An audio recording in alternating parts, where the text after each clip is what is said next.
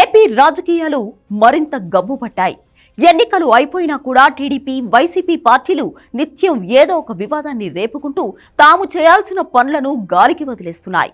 ఇప్పుడు తాజాగా తిరుమల లడ్డు వివాదాన్ని తనదైన శైలిలో కిలికారు ఏపీ సీఎం చంద్రబాబు నాయుడు.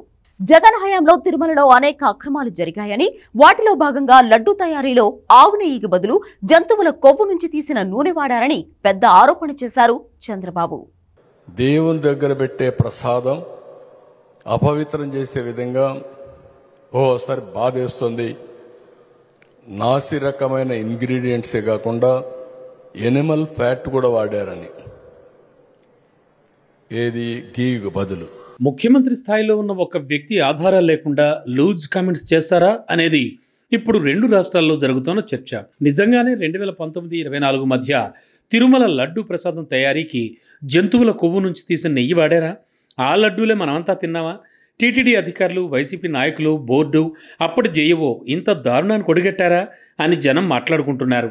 ఎన్నికల ముందైతే ఏదో ఓట్ల కోసం చేసిన ఆరోపణలే అని సరిపెట్టుకోవచ్చు.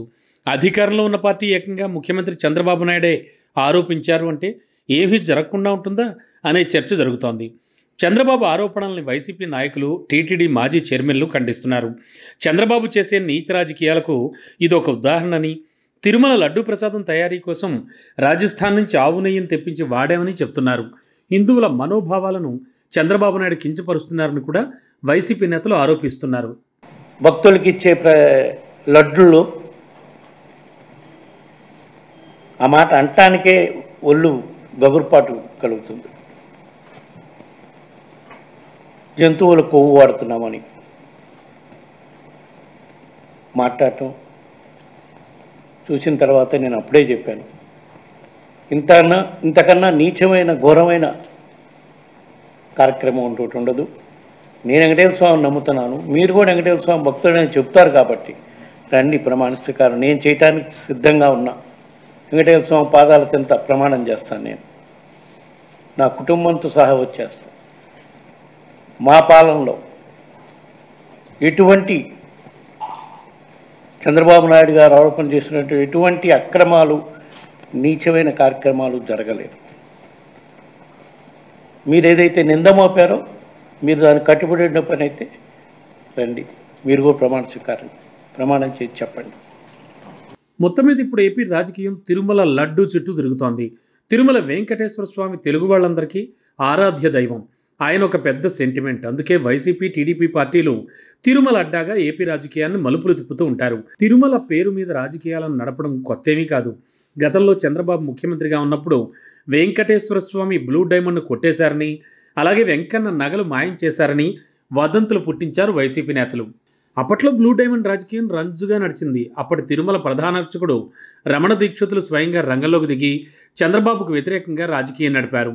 జగన్ వెంట తిరుగుతూ పొలిటికల్ కామెంట్స్ చేశారు. అంతేకాదు, తిరుమలలో ఒక వర్గం చంద్రబాబుకు వ్యతిరేకంగా పనిచేసింది. 2019లో టీడీపీ ఓటమికి వెంకన్న బ్లూ డైమండ్ కూడా ఒక కారణం. జగన్ 2019లో అధికారంలోకి వచ్చాక బ్లూ డైమండ్ వ్యవహారాన్ని వెలికి తీస్తారని అంతా ఆశించారు. కానీ ఆనాటి ఆరోపణలన్నీ అటకెక్కేశాయి. బ్లూ డైమండ్ డ్రామా అంతా వైసీపీ అధికారం కైవసం చేసుకోవడానికి మాత్రమే అని తేటతెల్లమైంది. ఇక నిన్నటి వరకు ప్రతిపక్షంలో ఉన్నప్పుడు చంద్రబాబు కూడా మళ్ళీ ఇదే వ్యూహాన్ని అమలు చేశారు. తిరుమల సెంటిమెంట్ అడ్డం పెట్టి రాజకీయం నడిపారు. టీడీపీ సోషల్ మీడియా తిరుమలలో అరాచకాలు జరుగుతున్నాయంటూ నానా యాగీ చేసింది.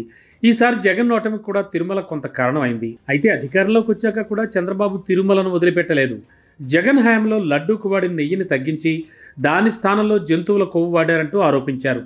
అయితే బాబు ఆరోపణలన్నీ అవాస్తవాలని, అవసరమైతే దీనిపై సిబిఐ దర్యాప్తు కూడా చేయాలని వైసీపీ నేతలు డిమాండ్ చేస్తున్నారు. అంతేకాదు, వెంకటేశ్వర స్వామి దగ్గర ప్రమాణం చేద్దాం రమ్మంటూ చంద్రబాబుకు ఓపెన్ ఛాలెంజ్ విసిరారు.